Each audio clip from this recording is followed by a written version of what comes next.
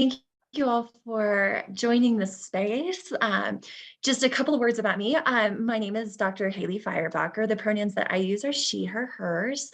And I am the executive director of the Center for Courageous Compassion. We are a nonprofit organization that seeks to support helping professionals and activists maintain their ability to continue their work. And so what our aim is to liberate our compassion from fatigue, from exhaustion, from exploitation, rewild our joy, and transform trauma in ourselves, our societies, and our systems. We believe in forming sustainable movements for survivor-centeredness. And we also believe that we can find joy and thriving in the most courageous and compassionate work. So I'll say a little bit more about our organization towards the end, and I do have a slide at the end on how to get in touch with me and the Center for Courageous Compassion, and the sort of work that we do with trainings, retreats, coaching, and all sorts of opportunities for you to get involved if this is something that you're interested in. So in our space today, I want to mention that everything that I'm going to be offering is invitation, not expectation or obligation. So there are going to be points where I invite you into some engagement, some interaction. Please take care of yourself. Notice what you're feeling and notice what you need. So if you want to just take that space for yourself and not necessarily follow me into the activity, I want to encourage and celebrate your mindfulness of what you need in that space. And so without further ado, we'll go ahead and get started. So today we're going to be talking about the cost of compassion, reclaiming ourselves from compassion fatigue, and finding sustainability and thriving in the most courageously compassionate work. I have a lot of information here. I have no intention of getting to all of it today. We'll kind of go with the speed of trust, as Adrienne Marie Brown says, and we'll notice what's emerging in the space and what we need to focus more on. Just know we can go deeper and further later on, but the goal here is to go a mile deep, even if we're going an inch wide. Again, Adrienne Marie Brown quote right there for you. I'd love to begin today with just a little centering moment. And again, if you want to just take this space for yourself, I invite you to, or you can follow my cueing. And so, friends, if we want to go ahead and find a comfortable position in our bodies, and maybe it feels good to you to leave your eyes open, or maybe it feels good to leave your eyes closed. Notice what feels good and follow that cue.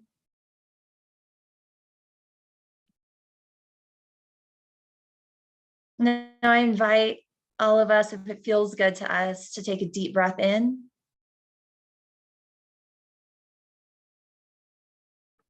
And then exhale fully.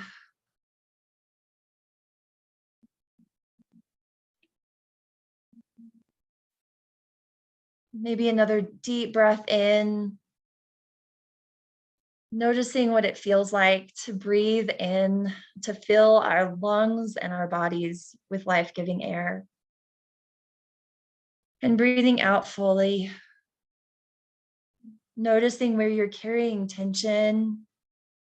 And inviting that exhale to carry that tension out of your body. And now maybe we return to our ordinary rhythms of breathing. And notice what that feels like to you.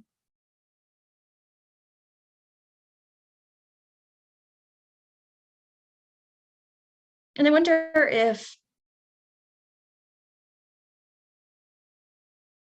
we can visualize leaving all of the things that are on our to-do list, all of the things that we're carrying with us into this space. Maybe we can visualize just leaving them at the door. Or if you have a notepad in front of you, you can imagine maybe just putting them in that notepad and allowing yourself to just be here now.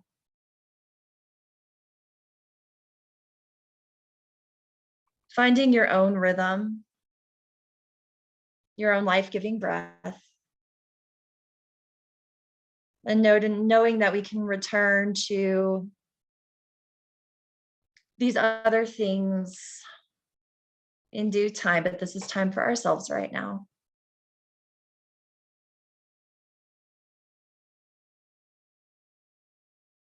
And if thoughts enter your brain, just notice them and give them permission to continue moving, flowing through you.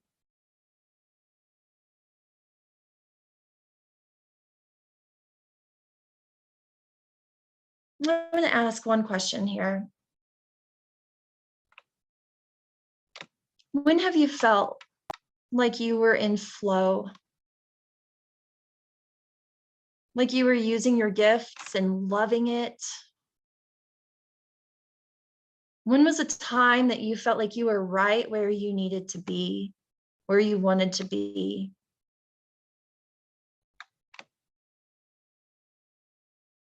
Maybe flow to you felt like a time when you knew you were making the difference you wanted to make. And you felt energized and joyful in that moment. Bring yourself into that memory.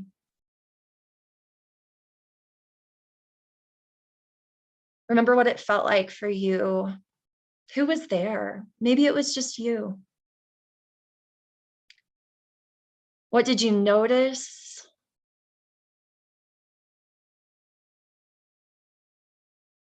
What were the things that were said to you? What were the things you created? What did you see? What did you feel?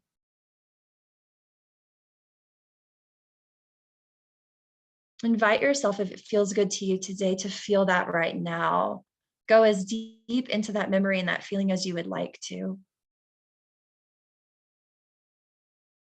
And as you sit with that memory and that feeling, I'd love to read this radical gratitude spell by Adrienne Marie Brown. You are a miracle walking. I greet you with wonder. In a world which seeks to own your joy and your imagination, you have chosen to be free every day as a practice. I can never know the struggles you went through to get here, but I know you have swum upstream, and at times it has been lonely.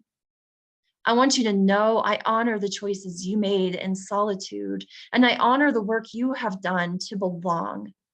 I honor your commitment to that which is larger than yourself and your journey to love the particular container of life that is you. You are enough. Your work is enough. You are needed. Your work is sacred. You are here, and I am grateful. All right, friends, as we bring our attention, our awareness back to our screens, maybe rolling our shoulders a little bit, bringing a little bit of movement into our bodies.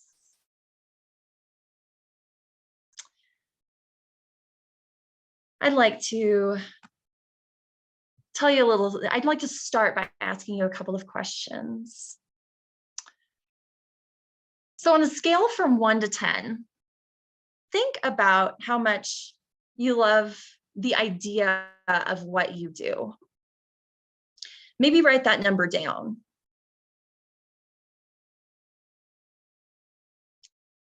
Okay, now on a scale from 1 to 10, think about how much you love doing your job right now as it is on average.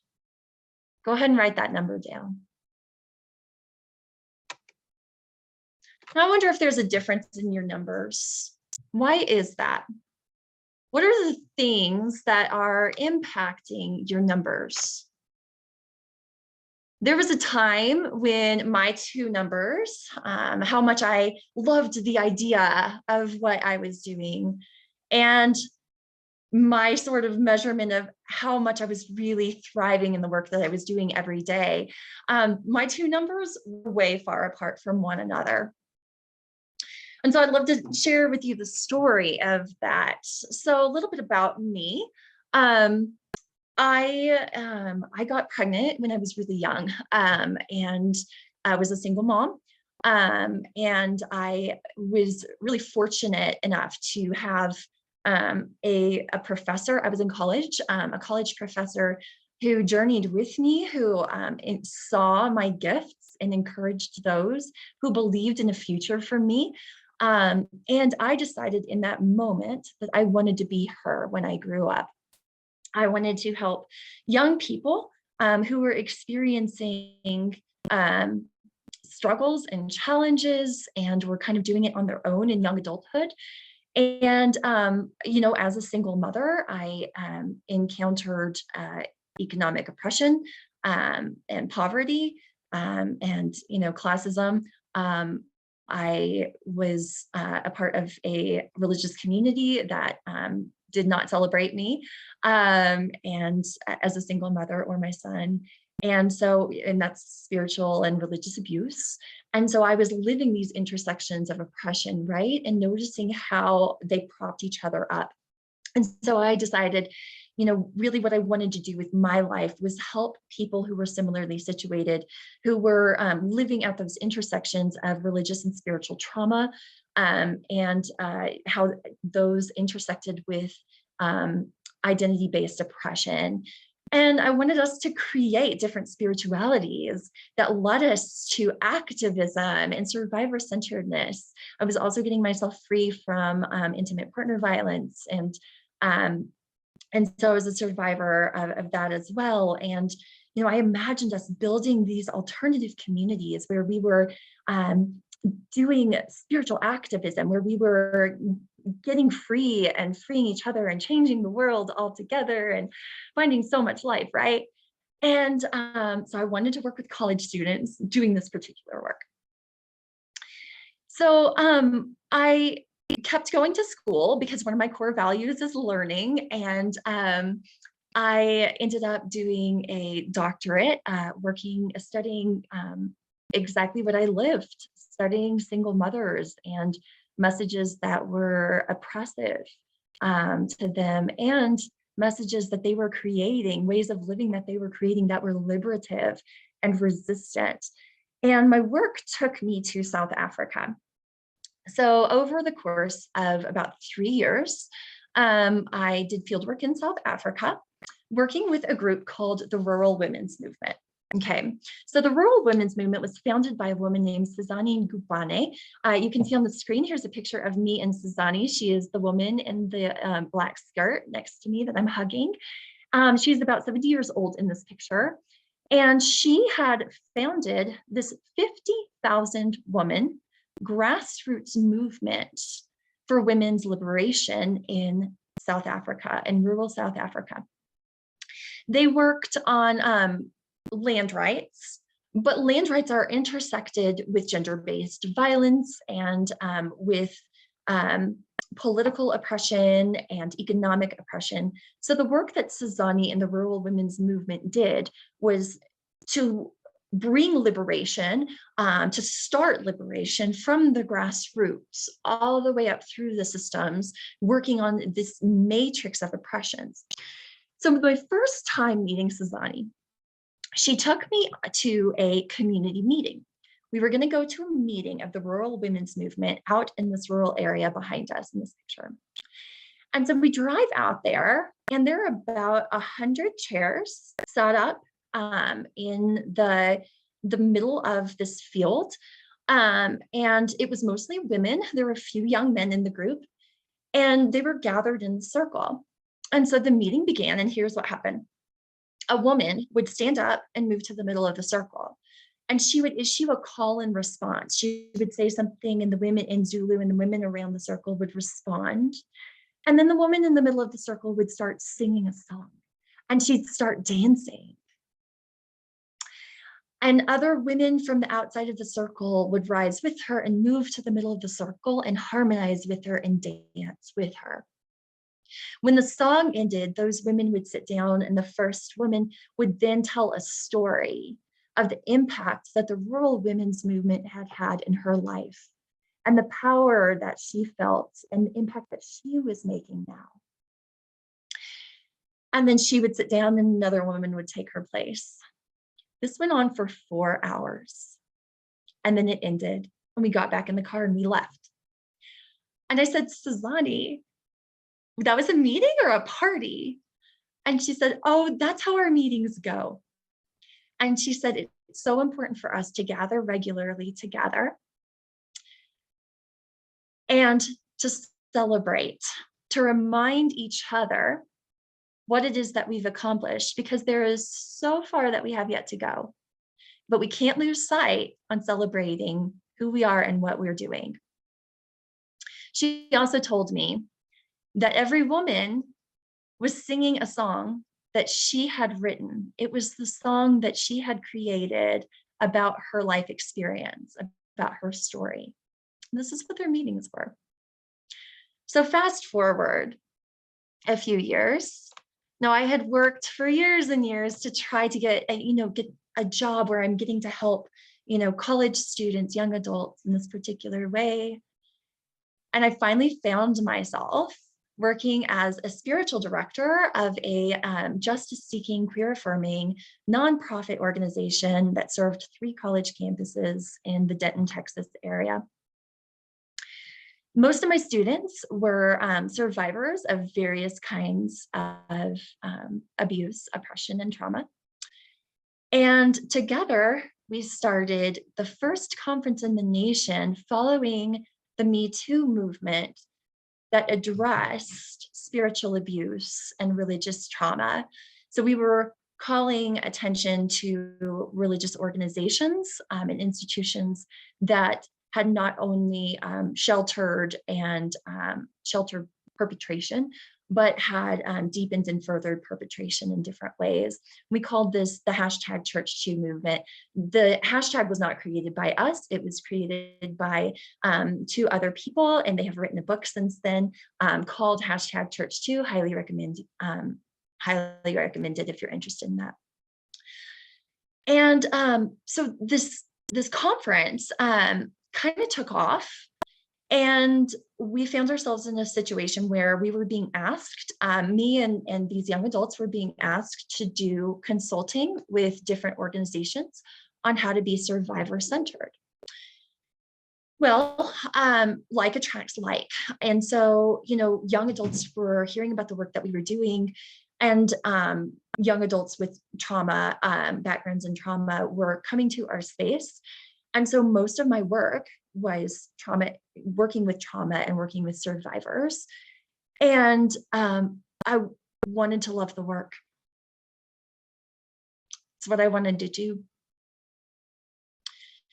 In 2020, right before our 3rd Church2 conference, I found myself, not for the first time, laying in my kitchen floor sobbing. I was in my dream job, doing my life's work, and I felt like I was dying. My dream job felt like a nightmare. It felt like a riddle or a puzzle I could not solve. And if I could just figure out how to do it and also keep myself alive and thriving and a whole human, I could love it. I wanted to love it so bad if I could just figure it out. But the thing is, I saw other people in my role struggling in the same way, and no one was talking about it. I saw my courageous, prophetic students who were the activists that I longed to be, doing the most courageously compassionate work. I saw them struggling.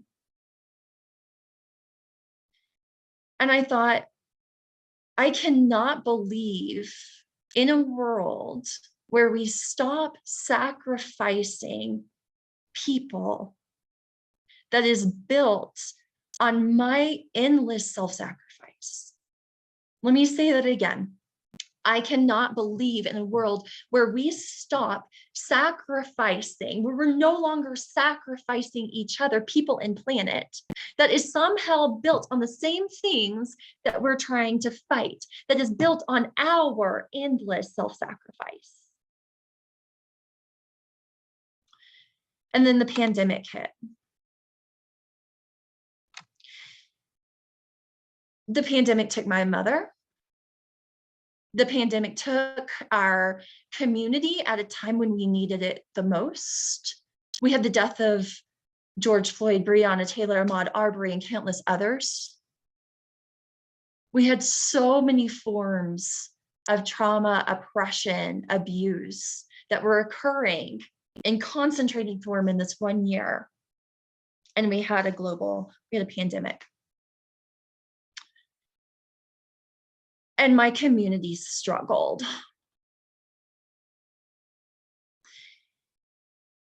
And so we started having to get really intentional about how we were going to connect with each other, how we were going to keep each other alive. And I remembered the rural women's movement. These were women who were dealing with the most horrific atrocities and had fierce joy. These were women who had been doing this work for decades and had fierce joy. These were women who were unafraid, who were making impact, and who were getting themselves free and somehow thriving. And I thought, what are they doing? And I remembered they did 3 things. They connected, they created, and they celebrated. It's real simple. Connect, create, celebrate. And I thought there's something there. And so me and my community, we got really intentional about connecting with one another. And I had to get really intentional about connecting with what gave me life too. I had to go back to my yoga practice. I had to go back to my spirituality. I had to carve out time for that. And I'll tell you what, at first, my students didn't know how to receive that. I had to tell them no so that I could take space for myself to connect. And they weren't used to that. But they got used to it and they realized they needed that for themselves. My supervisor never got on board with me taking the space for myself. It pissed some people off. But I got real intentional about connecting with the things that give me life and connecting with my students in a way that created life together. And then I started creating. I got back to my writing practice. I started just making bracelets, putting beads on string. And you might be sitting there going like, that's not transformative or liberating. But the very act of doing something, of creating something, made me realize I'm not as stuck as I thought. I have more power than I think. And then I had to get real intentional about celebrating the hell out of everything I could, because life alone is hell. And we have to celebrate the hell out of everything that we can. Because in the midst of the trauma, there are still trees. And in the midst of the fear, there are still flowers. In the midst of the grief, there is still goodness. And in the midst of the loss, there is still love. And so this is a practice of truth telling. We tell the truth about what is not working. We tell the truth about the trauma. And we tell the truth about what persists in us and around us that is good. Connect, create, celebrate. So I come to you today, and I'll be honest, I had this moment of doubt where I'm like, connect, create, celebrate. That's too simple. That's real simple. And then I remembered, but it was transformative to me. And I took it to my students. I did a bunch of education and training around this. And I took it to my students. I said, y'all, we need to get real intentional about these 3 things: connect, create, celebrate. And let's see what happens to our compassion. Let's see what happens to our exhaustion. Let's see what happens to our activism and our survivor-centeredness. And it was a game changer. So CCC stands for Connect, Create, and Celebrate. And I'm going to get into the science behind this in just a little bit, because there is science to back this up. And some of us are already doing this work of connecting, creating, and celebrating. But to me, it's kind of like breathing, right? So we breathe. It's what keeps us surviving, right? Our breath. But when we get intentional about breath work, we actually experience transformation. We experience calmness where there once was anxiety. We experience healing where there once was brokenness and pain and suffering, right? Breath, intentional breath is powerful. So you might already be doing connect, create, celebrate, but if you get intentional about it, it's going to be a game changer. Turns out there's a lot of research to back all of this. And we're going to get specific about what we're connecting to, what we're creating or how we're creating, and what we're celebrating, and how getting specific and intentional about those things is what makes a difference to our compassion fatigue. But we all got real clear about who we were, about how we stay in flow, and about what our vision of the good is.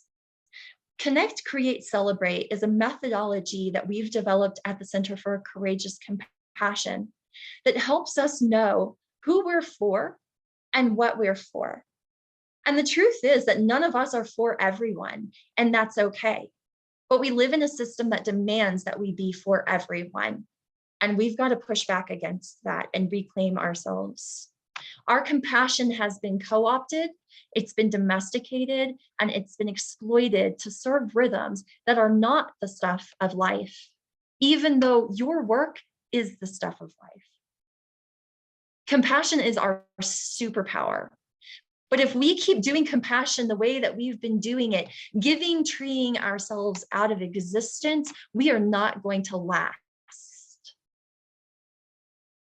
So I want to pause right here and check in with you. And I want us to remember that feeling that we cued at the beginning of flow.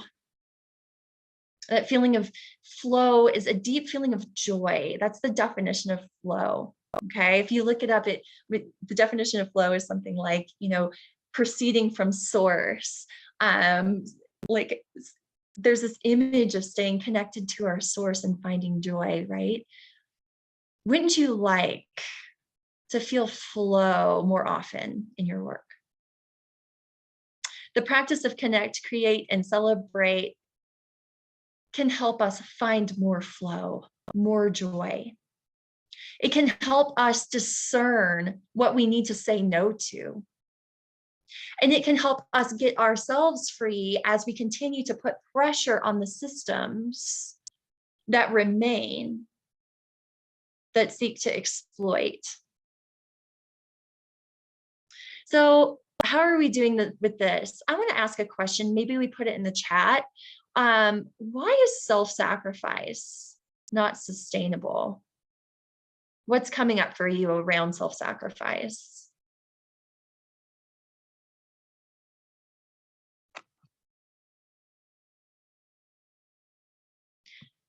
So I'm going to move the chat into our screen so you can see. I'm seeing it will burn us out in the long run. Yes. You cannot pour from an empty cup. Yes. Survival mode. Yes, yes, yes. Absolutely. We only have one of us. So once I'm sacrificed, I'm done. And here's the thing about me and about you. I'm going to tell you the truth about ourselves as we are fierce and we are powerful. And the systems would love for us to go extinct. To self, yes, burnout, it will create a want to do nothing, absolutely. These systems would love for us to self-immolate on this altar that they're calling compassion. But what is being held up as compassion is actually not compassion, and we're going to be talking about that. You start to work from a martyr perspective, yes, instead of an altruistic perspective. I see self-sacrifice is still about what you as a person, one person can do. And there is a capacity to that, absolutely. But there's an alternative here to self-sacrifice. And sometimes we are called to self-sacrifice, but let's opt for self-giving first. Let's opt for being a renewable resource, okay? No, it's entirely possible that the work we do for others can feel like a gift to ourselves too. And that's what we're aiming for. But we need a sustainable compassion and courage to create the change that we long for. We can sustain our courageous work and our compassionate labor when we find our flow and we stay aligned with it. So our goal today is to move that number that indicates what our daily experience of our work is. Let's move it up. Let's just move it up by 1 in the next couple of weeks. I want you to experience a greater sense of joy, alignment, impact, and flow in your life, even as you do hard, courageous things. That feeling that you want to feel, that feeling that you want others to feel, that flow that you've experienced before, that can be a regular reality for us, even in the most difficult and traumatizing work. When we learn to have courageous compassion, when we learn to practice this methodology for not only the people that you serve, because you can bring it into those spaces too, but we need to practice it for ourselves as well. So I'm going to be offering some information and some tools that you can use to get your wheels turning about how you can create transformation and sustainable, courageous compassion, joy, and thriving for yourself. And you can bring these into your work with survivors too. And as you think about how to help your organization, not just espouse certain core values and visions of the good, but embody these. Now, some of this information, these tools may resonate with you, others may not. But these are the raw materials that you get to create your courageous compassion and your sustainable joy out of. So take what works and leave what doesn't. Today, we're going to be talking about 3 causes of compassion fatigue and 3 common blockages to our flow that perpetuate compassion fatigue. Then we're going to be learning an alternative and transformative methodology or way called courageous compassion. We'll be discussing some key practices of courageous compassion that invite us to connect, create, and celebrate ourselves, as well as those we care for. And these practices will not only help you find joy, thriving, and sustainable energy, but they'll help you know and value yourself better. They'll help you strengthen your sense of love and connection to the earth and others around you.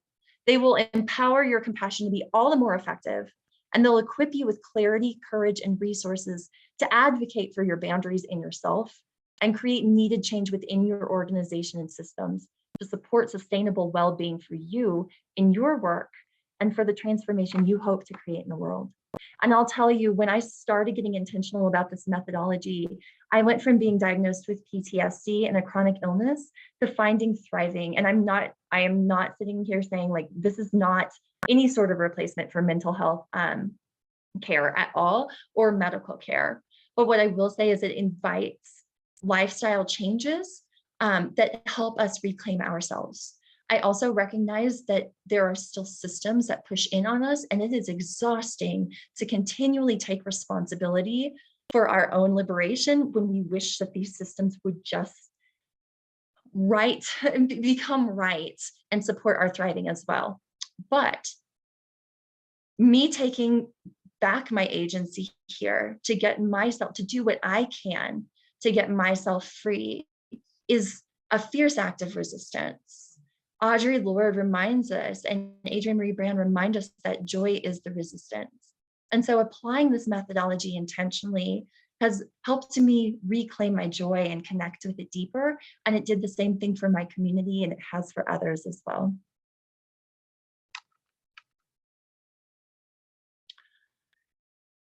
So there's a book called Another Way, and the authors remind us that a warrior hero model of leadership, which y'all were testifying to in the chat, calls us to sacrifice our physical and mental well-being to serve the sacred needs of the community and the cause.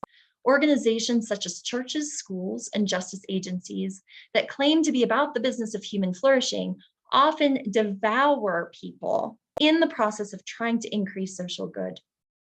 Our models of leadership and the method by which we build and mobilize community conspire to drain the very life out of our leaders and the communities they serve, and thereby reinforce the death-dealing, soul-destroying realities we say we want to change.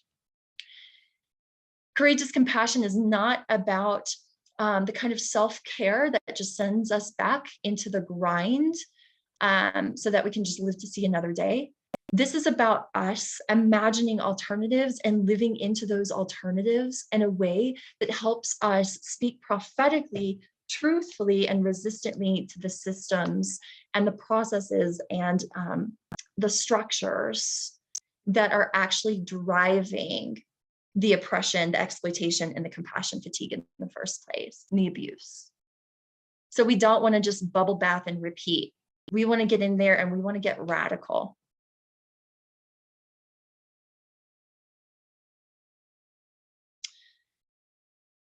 So courageous compassion says that it takes courage to be compassionate in the systems that exist. That's what we're doing. But it takes even more courage to create, embrace, and embody an entirely transformed way of being and doing compassion. This is why the movement's called Courageous Compassion. We're going to be transforming the way that we're showing up to our work. We need an entirely different way. And so courageous compassion requires that you be part of the world you are trying to create. We say that we want a world that honors the equal dignity and sacredness of every entity and being on the ecosphere. That includes you. We say that we want a world that advocates for just and life-giving relationships between all of us. That includes you. We say that we want a world that cultivates equal access to thriving and to all that creates life. That includes you. And if we cannot include ourselves in this vision, then we don't believe in the vision of the entire world thriving. Not just yet. We're still excluding ourselves from the vision. But let's go ahead and move forward into that vision. Magda Erakfor Ayuk says that compassion, she actually uses the term colonization for our compassion. And she says that we need to shed the colonizing view that there is no value in our ancestors' way of living and sustaining themselves, that our work comes through our work and our productivity, or our worth comes through work and productivity, that we are commodities and that we are not trustworthy and sacred. She says we get ourselves and our courageous compassion free by embracing that we too are deserving of rest and taking up space, that we can gather tools within and around us in the earth and in what and who came before us to remember our sacredness and remember ourselves, put ourselves back together. And she says that we need to embrace that we can truly move towards healing even while not yet being healed. We can move towards liberation even in a world that's not yet liberated. So I'd love to ask you what it means to you to be sacred. That word is going to come up a lot here. So maybe put in the chat, what is your own definition of sacred? Or how do you feel sacred?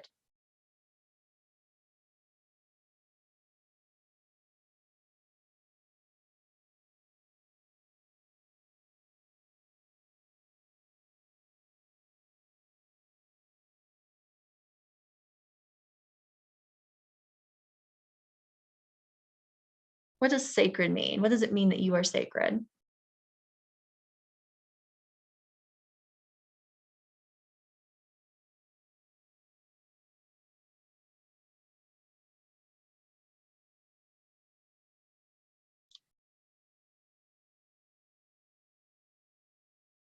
I feel sacred when I have a safe space to be myself and be allowed to feel vulnerable and cared for. Oh, that's powerful.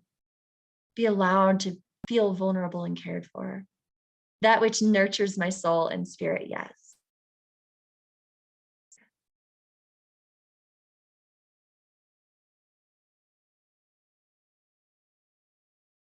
Feel free to continue to sit with that question. The compassion in their systems, though, has been made to seem like a synonym for self-sacrifice, right? Common synonyms that we use for compassion are self-sacrifice, empathy, self-forgiveness. These things are all great things, but they're not compassion. So we need to get particular about what compassion is, and it's not a synonym for those things. The transformation that we want to bring to the trauma in this world doesn't happen through just short surges where we burn bright and then burn out. It happens in the long process of staying in our flow, of being able to sustain ourselves in the work. And we're never going to get there if we can't stay in the work and find our own joy and thriving in it. Our world is literally hemorrhaging our most courageous and compassionate people. And so we need sustainability. So what's the problem? The problem is compassion fatigue. Compassion fatigue is spiritual, physical, emotional, and mental exhaustion resulting from exposure to suffering, stress, or shame through our workplace or our personal lives. The statistics show that 40 to 85% of helping professionals experience this. There is a range there depending on the actual profession, and also the self-reporting, we have kind of like a standard deviation there. Half of child welfare workers display symptoms of compassion fatigue, and 34% of them meet the diagnostic criteria for post-traumatic stress disorder. Among social workers with graduate degrees, 70% suffer from compassion fatigue, and the nonprofit industry as a whole has a turnover rate of 19% annually. Now, this final statistic of 19% may seem kind of low, not too bad. Let's talk about that. So there's a difference between burnout and compassion fatigue. Most of our research and our resources that we bring into workspaces are for burnout. Burnout is the stress and frustration that's caused by a particular activity or workplace. It's connected to particular causes and stressors that we can name. So it can be like scheduling conflicts, right? It can be low pay. It can be difficult coworkers or a boss we don't like. It can be lack of room for growth. And these things can also be traumatic and can bleed over into compassion fatigue, okay? So I don't want to say that I definitely have experienced economic struggles and low wages as traumatic and as a driver of compassion fatigue, but it doesn't always have to be that. It doesn't always have to be traumatic. The solution for burnout is to take a break or make a change in our career or activities, engage in self-care. Compassion fatigue, on the other hand, is always connected to trauma. Okay. In compassion fatigue, rather than checking out, which is what happens with burnout, we kind of tend to check out. Most of us work all the harder. Instead of paying attention to the feeling that something is amiss, we try to tough it out and we push ourselves harder to be more compassionate. Why do you think that is? Why in compassion fatigue do we tend to work harder?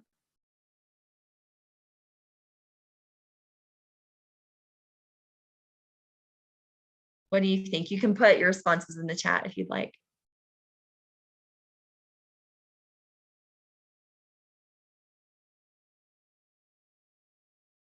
Yeah. Feel guilt. I see a lot of guilt. Yes. Cultural narratives of what it means to be strong. Yes. Absolutely. Yeah. All of those things. So let's move forward.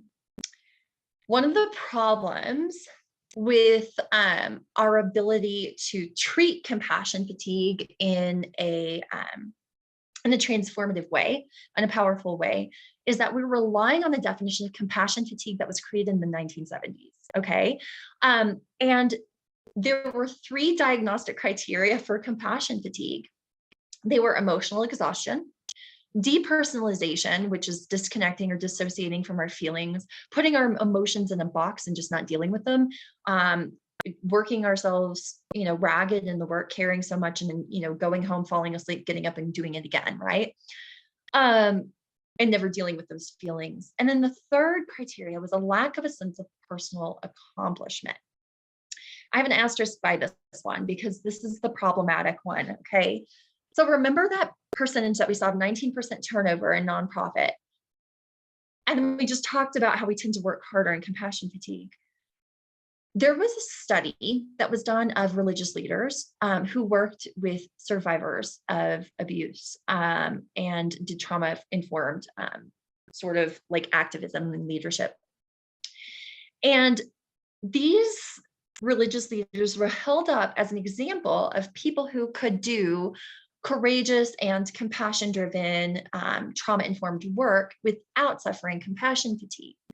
They measured off the charts when it came to emotional exhaustion. They measured off the charts when it came to depersonalization. The reason why they were held up as examples of people who were not suffering from compassion fatigue is because they felt like they were making a difference. They felt a high level of personal accomplishment. See, here's the thing. We know our work is important. And we oftentimes feel as though we're essential to the work and the work cannot afford for us to take a break. We can't afford to take a break. Rest is privilege. Joy is privilege. And so we work all the harder, or we feel guilty for struggling. Or if you're like me, I felt shame for not loving my dream job. Nobody around me was talking about how they were exhausted, except they would drop little hints here and there when they let their guard down. That's the thing. We know our work is important, but we don't feel like we can afford to take a break.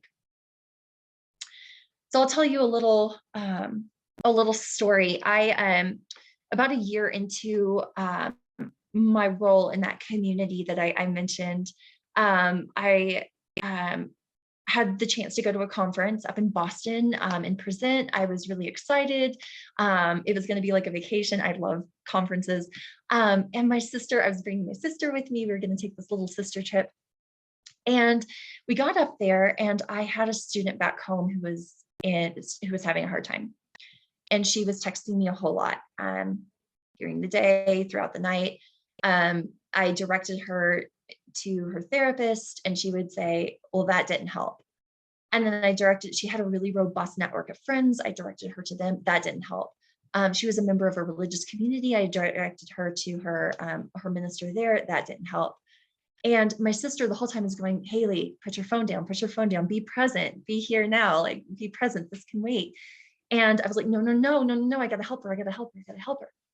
My sister is a psychologist who works with trauma. And we were walking to dinner, and she stopped me and she said, why do you feel so powerful? And that cut me to the quick, because I didn't feel powerful. I felt completely out of control. I felt like I was trying to save this girl's life or trying to make things feel better. And I could not come up with the right words to say to do it. I couldn't figure out what to do. And then I paused and I thought about it, and I thought, I don't feel powerful, but I do feel central. I do feel essential. I do feel like her thriving and her struggle depends on me. And I can't afford to not come up with the exact right thing to say to her, even though she had other resources. I can't afford to go out of town for a weekend. And so we work harder. We don't quit. So I want to offer a different way of checking in with our compassion fatigue. So let's take a moment here, and I would love for you to read through this. And if you would like to count how many of these resonate with you, you can. And maybe you want to keep it to yourself, or maybe you want to put it in the chat. It's up to you if you would like to share how many of these little sort of checkpoints resonate with you.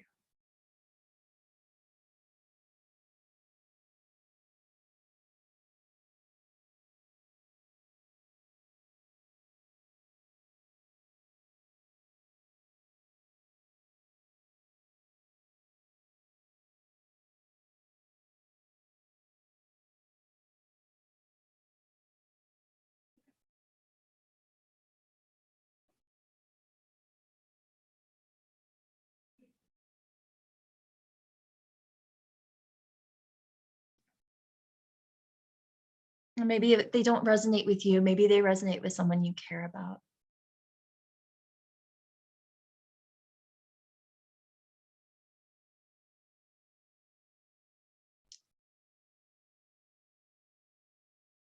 Did any of these stand out to you? Yeah.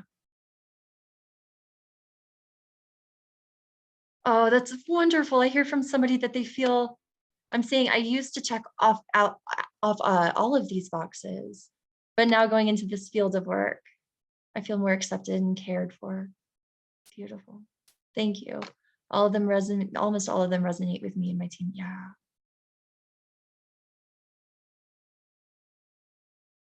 So let's take a look at the symptoms of compassion fatigue. The symptoms of compassion fatigue mirror PTSD, y'all.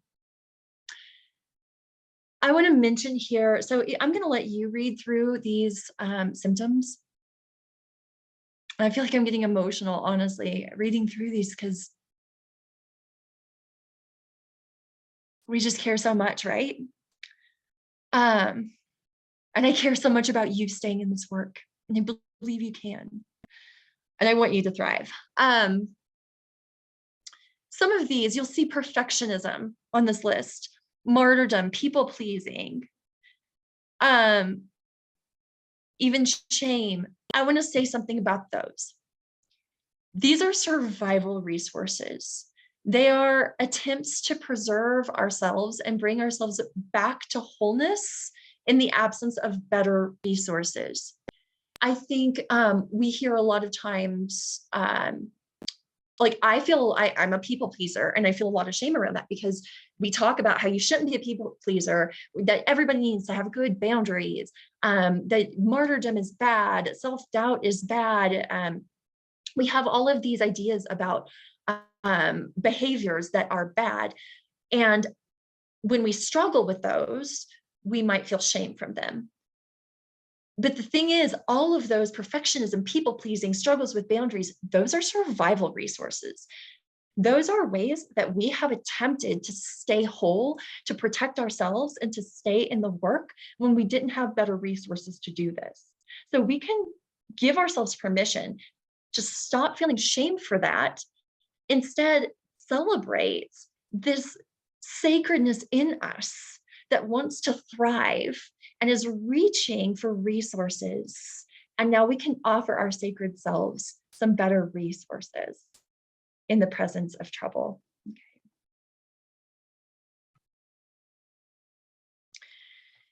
So we're going to be using an image. We're going to be moving forward now in talking about how we get free of this. And I'd love to bring in an image from our bodies and from the world around us. So the Center for Courageous Compassion draws upon the wisdom of our bodies, our earth, our spiritualities, our ancestors, and our identity to help us find joy, thriving, and liberation in the work that we do. And so today I'd love to cue us to think about water.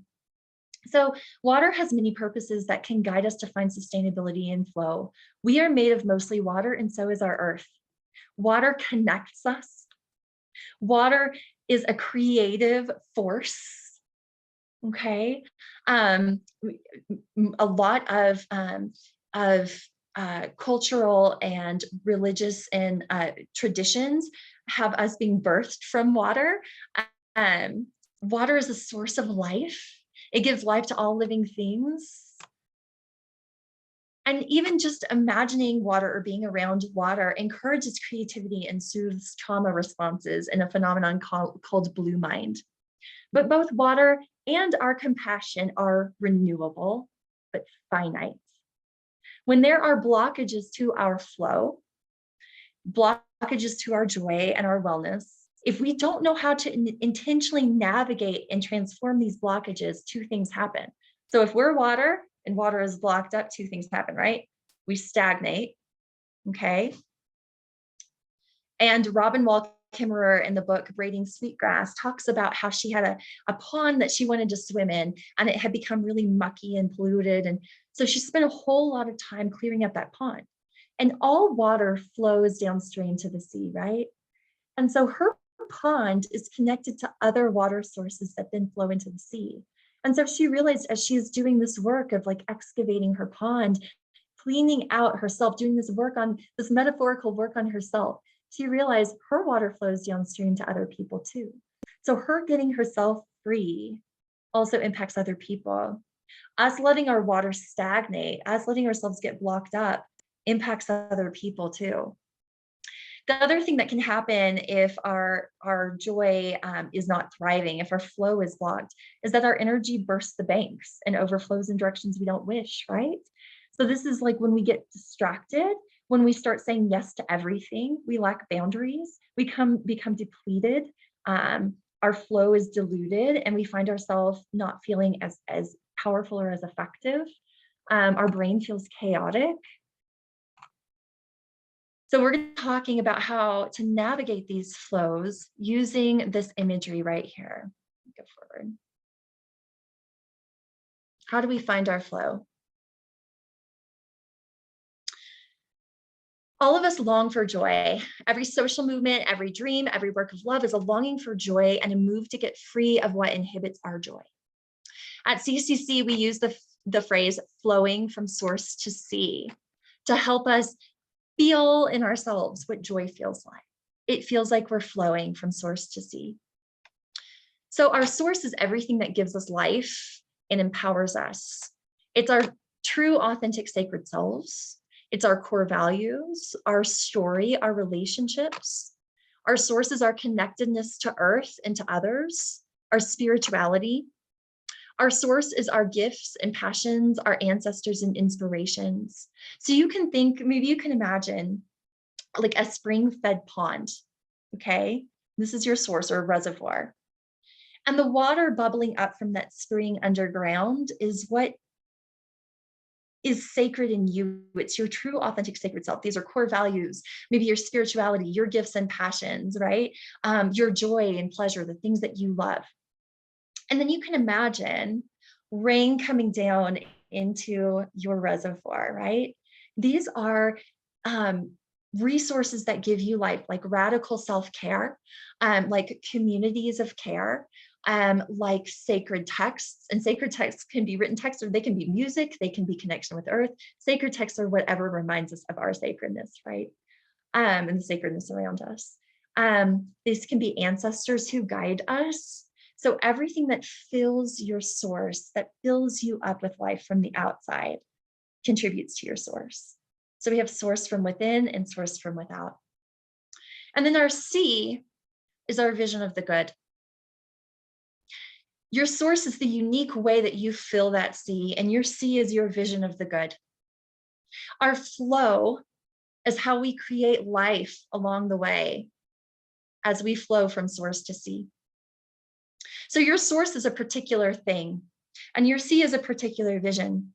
And when we are aligned with who we truly are and with what we envision the world to be, we feel as though we're in flow. That's where we find our joy. We're sustainable.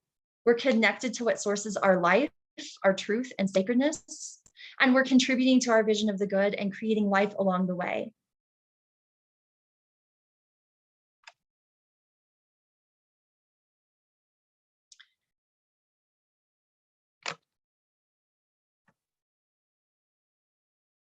So let's talk about blockages to our flow. There are 3 causes of compassion fatigue that block our flow. These are, one of them is systems and outside entities. So this could be, people with power over you at work and the demands of your work. This can be systems of oppression. This can be interpersonal relationships or toxic relationships even. The second is meta-narratives. Meta-narratives are messages that tell us what we ought to be, what we ought to want, and the way that things are.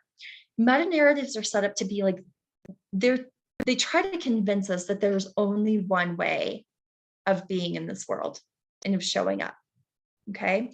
And when we internalize these meta-narratives, they become internal blockages for us. But these meta-narratives also prop up systems that are harmful to us as well. And the third blockage to our flow that causes compassion fatigue is trauma.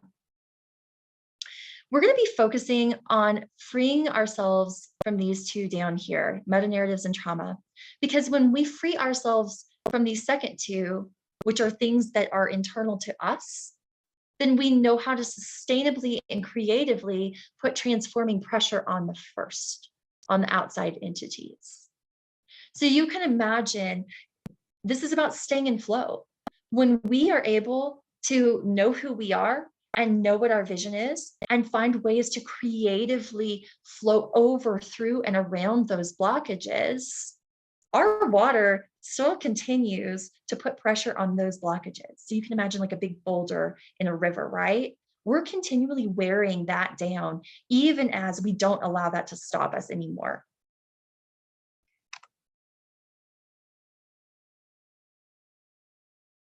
So let's talk about those meta narratives. Glennon Doyle reminds us that meta-narratives are beliefs that are programmed into us without our knowledge by our culture, community, religion, and family. Even though we don't choose those subconscious programs, they run our lives. They control our decisions, our perspectives, our feelings and interactions. So they determine our destiny. What we believe, we become. There's nothing more important than unearthing what we really believe to be true about ourselves and our world. So the first two, I'm actually going to skip forward from this slide here. And the first meta narrative I want to talk about is consumer helping. Okay. Consumer helping is helping that treats the work and us as advocates and activists and helpers and caregivers as a product or a commodity that exists to meet the needs and desires of those we serve. So our value is only connected to how much the people that we serve value us. What's coming up for you there? What are some messages that make you feel like a commodity?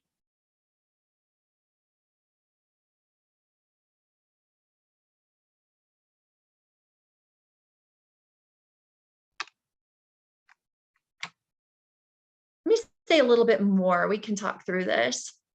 So I know in my community for a while, Brene Brown reminds us that the most empathetic people she knows are the most boundaried, right? And I would say things like this to the people I worked with. I'd say, call me anytime. And then I would get frustrated when they would take me up on that.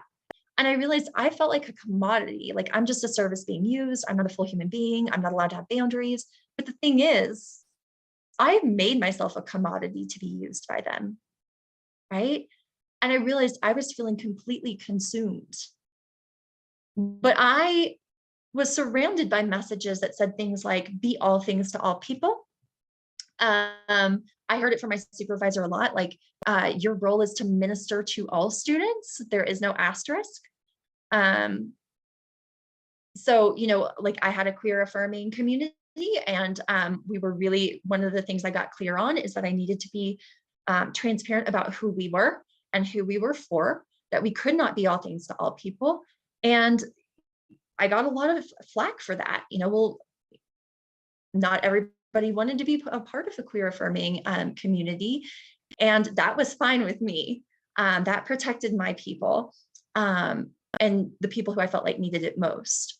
But when I had that space of discernment, I got a lot of pushback from people who felt like I should be a commodity, like I should serve all people and make everybody happy, right?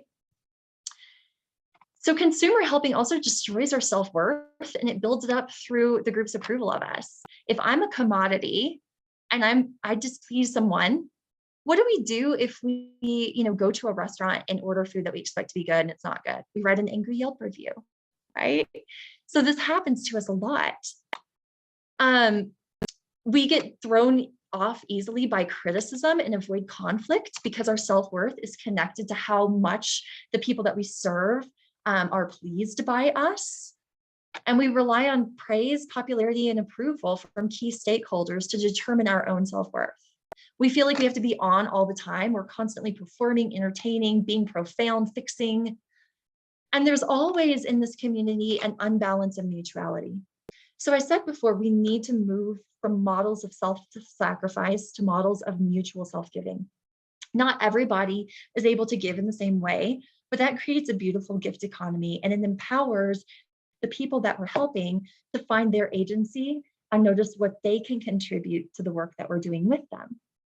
In a model like this, like consumer helping, we are doing all the work, all the giving, and there's nothing expected back. from the people that we're serving. This is not sustainable. What is sustainable is a mutual care community, a gift economy where everybody brings what they're able to the table. What's coming up for you with this? I'm wondering if this is resonating, if you've heard messages that make you feel like a commodity.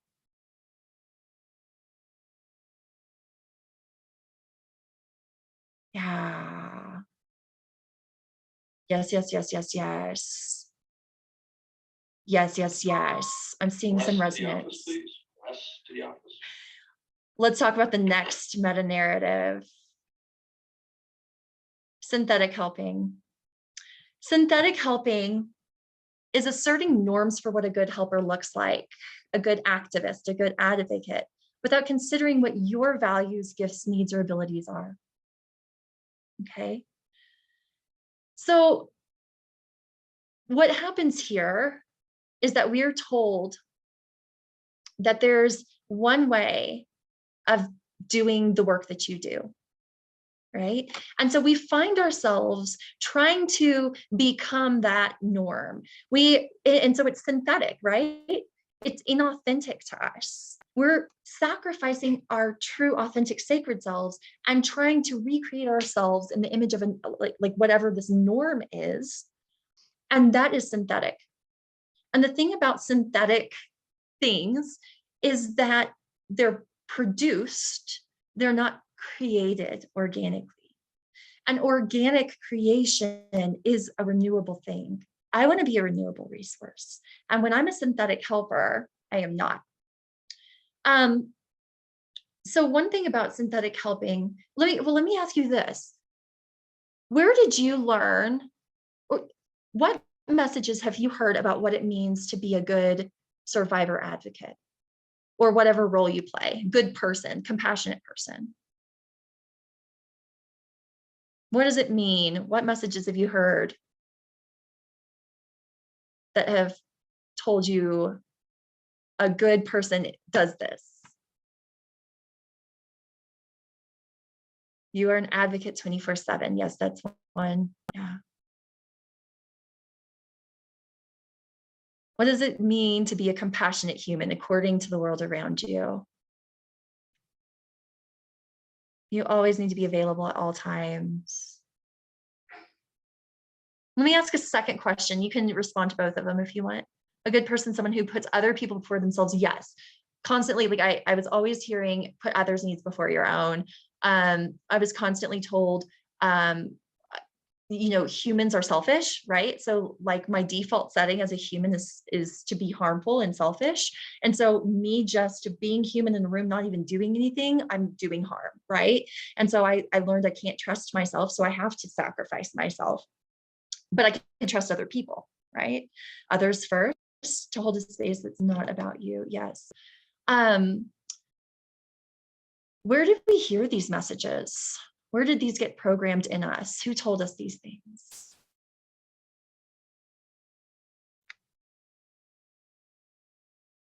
Our upbringing, yeah.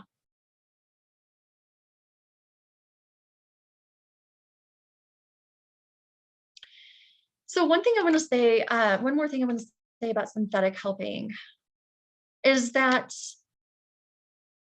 a lot of times I see this in a lot of activism, a lot of advocacy work.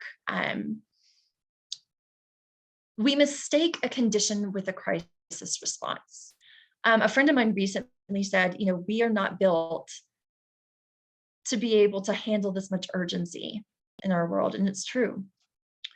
So we are treating long-term conditions with crisis responses.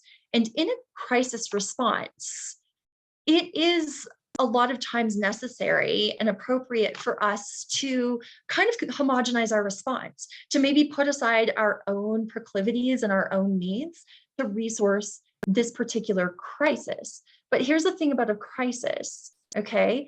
A crisis is a temporary thing. A crisis, by definition, we're using crisis very loosely in society today. So I'm offering a more particular, specific definition here. A crisis is something that demands immediate intervention because it's an emergency situation, like a natural disaster, an incident of violence, and an uprising, okay? In a crisis response, we're not correcting long-term social ills. We're just trying to stop the harm immediately. But the problem is we don't click over, right? We have to be able to click over to a sustainable response. And a sustainable response to a long-term situation or a long-term condition has to look different than our crisis responses.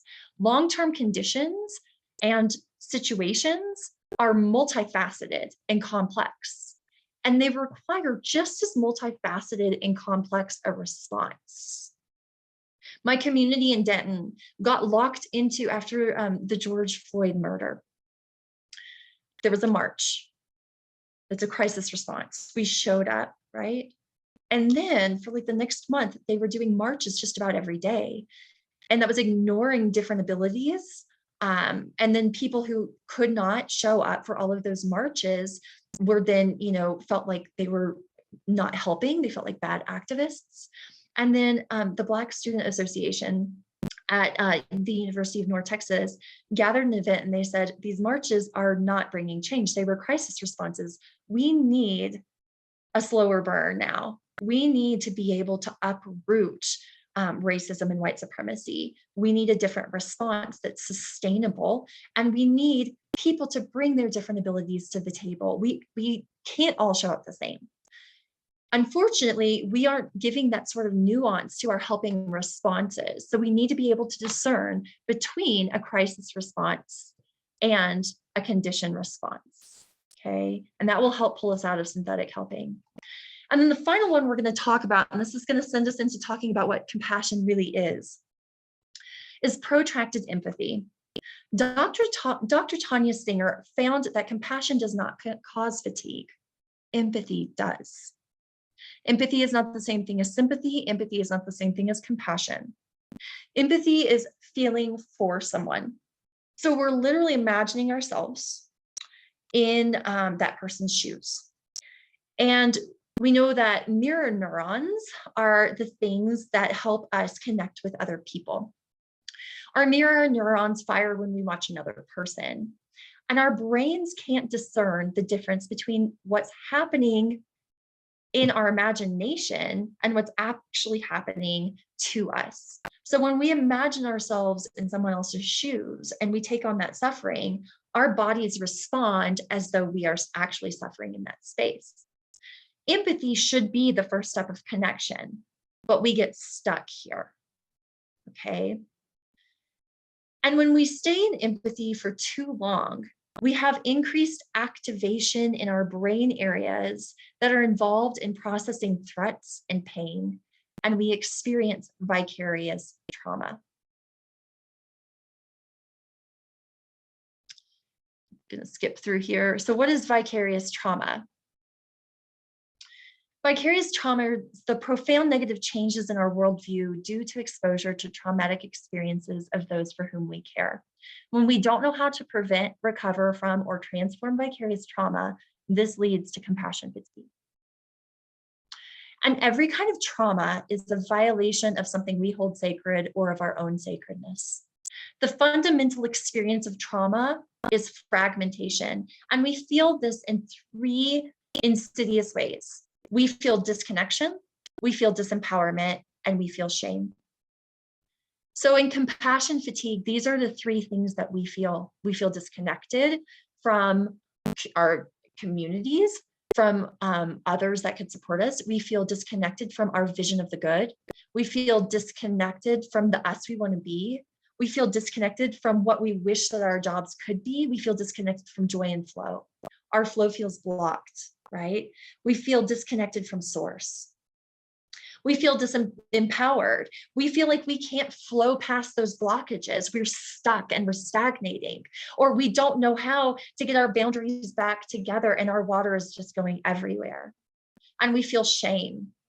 We feel shame we feel as though we're a wrong type of person. We're the bad type of activist. We're not doing what we should do because we're experiencing these things. And we start to believe that that C that we're flowing towards is not attainable. I'm going to skip through these because we just actually ran through these ourselves. I want to pause here and just ask you, what's coming up for you? Is there anything you would like to put in the chat? And I'll be taking some questions in our last 5 or 10 minutes too, our last 5 minutes.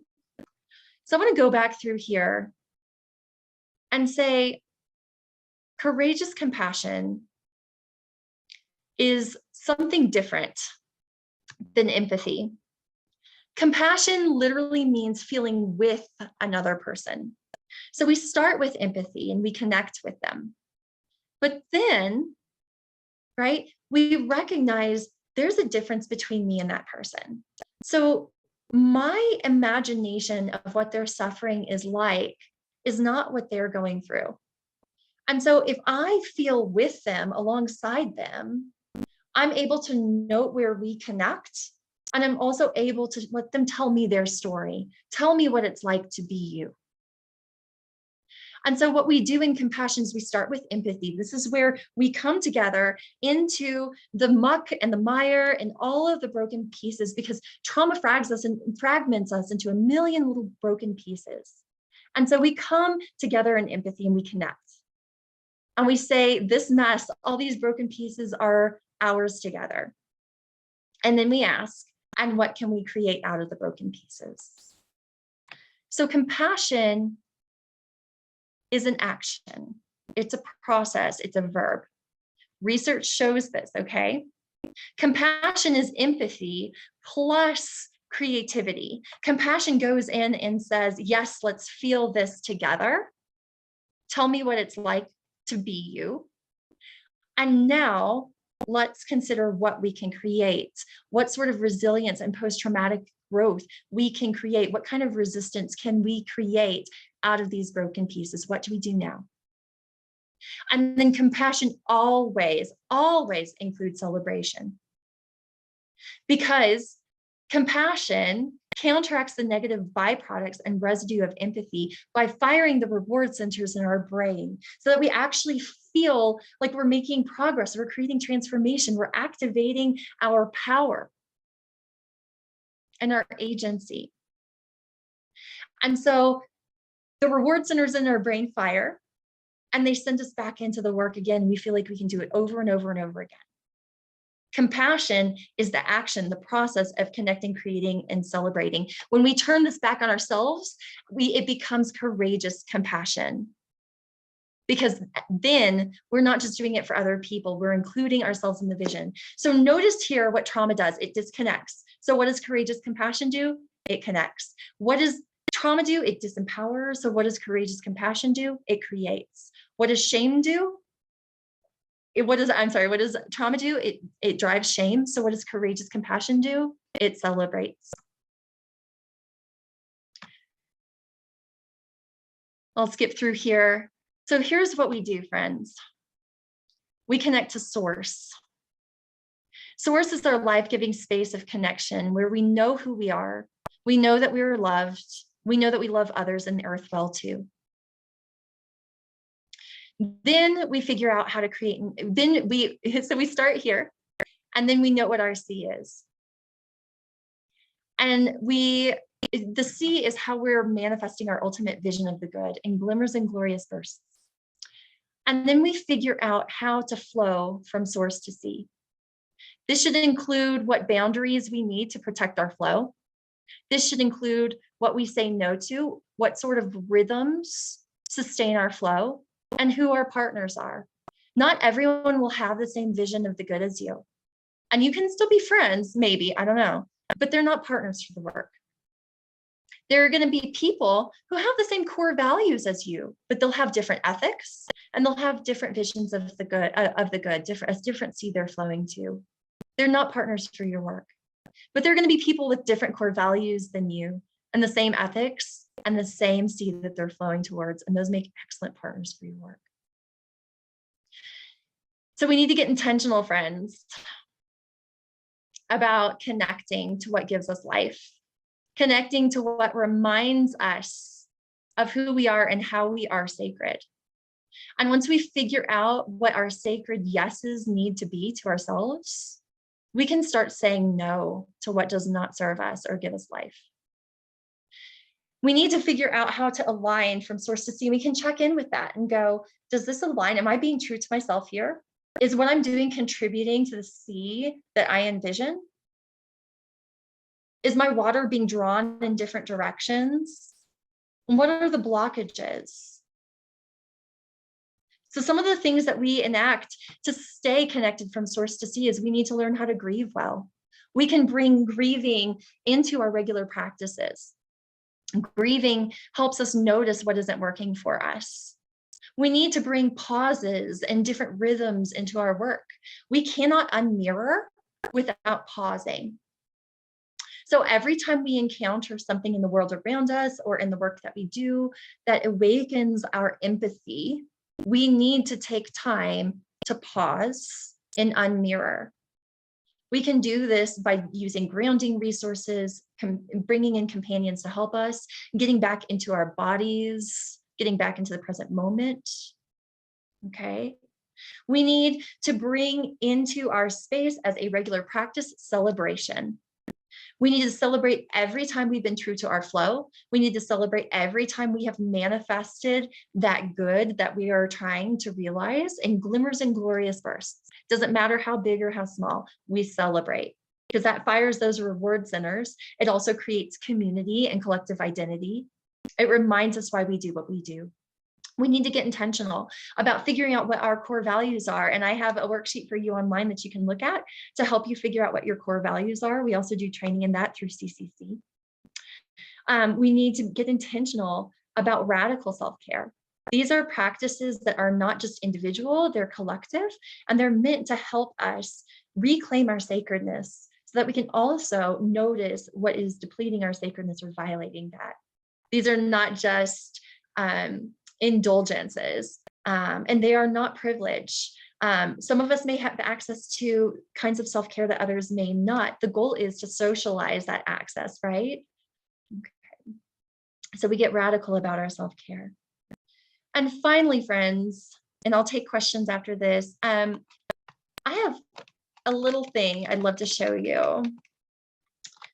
There's a thing called the Sankofa, an image called the Sankofa. The Sankofa, I just scrolled past it.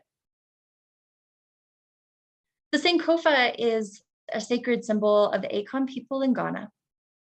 And it's a bird who is flying forwards, but its head is turned backwards and it has a little seed in its mouth. Maybe you've seen this before. The word Sankofa literally means go back and get it.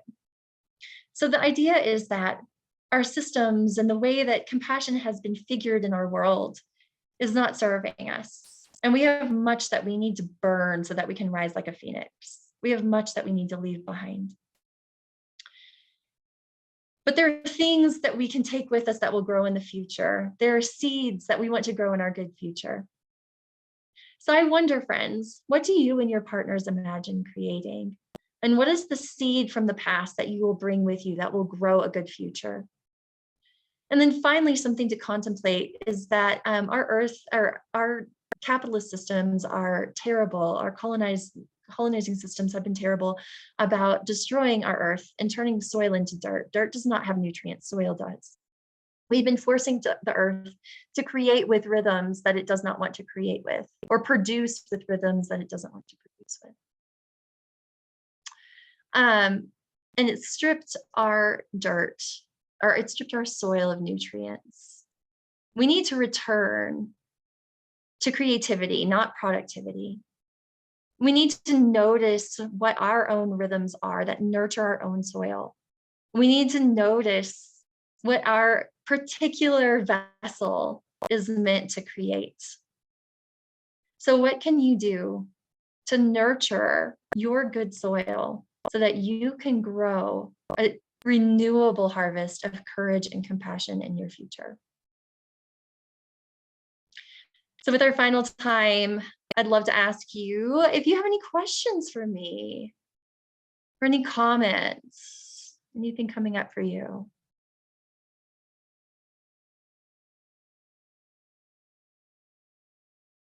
Yeah. Yes. That's a great point. I see a really good point. Courageous compassion is not linear. No. I would say um, the closest it could come to being linear is that a lot of times we need to start with connection to de-escalate when we're risking vicarious trauma. So when we've been in the presence of trauma, we might need to like connect with grounding resources or connect with a companion. Connection with love and firing that oxytocin helps us de-escalate so that we can then activate our creativity. Cortisol, which is that stress hormone that fires when we're locked into crisis responses a lot of times, blocks our creativity. So we feel out of touch with our agency and we feel disconnected. So the closest it could come to being linear is a lot of times we may need to start with connection, but it definitely is not a linear process. Yeah.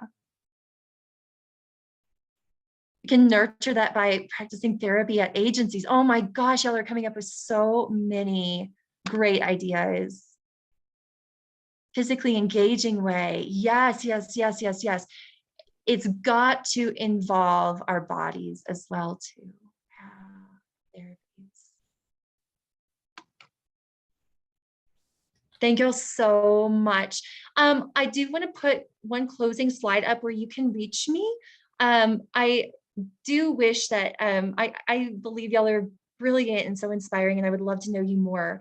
So if you have any questions or any comments, any ideas, any pushback, I absolutely welcome it. And or any ways that you would like to connect in the future. This is our website. Our email to our general team is courageousguides@gmail.com.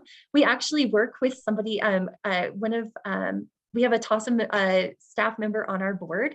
And then my personal email is up there as well. I invite you to join our Courageous Compassion Community Network on Facebook if you're on that.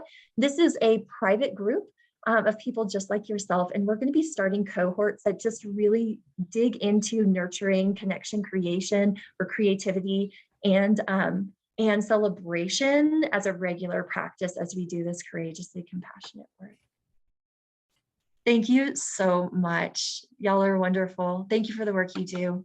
Our world needs you, and I want you to thrive.